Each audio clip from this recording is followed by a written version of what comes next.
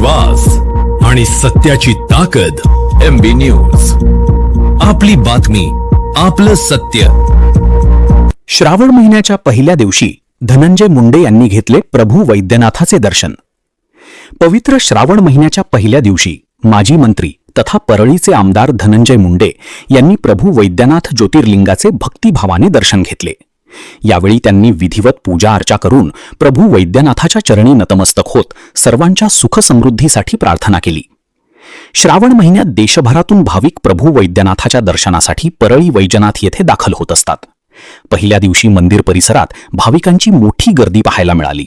हर हर महादेव, बम बम भोलेच्या जयघोषाने मंदिर परिसर भक्तिमय झाला होता. धनंजय मुंडे यांच्या दर्शनावेळी मंदिर प्रशासन व संबंधित पदाधिकाऱ्यांकडून आवश्यक व्यवस्था करण्यात आली होती. दर्शनानंतर त्यांनी श्रावण महिन्यानिमित्त परळीतील भाविकांना शुभेच्छा दिल्या.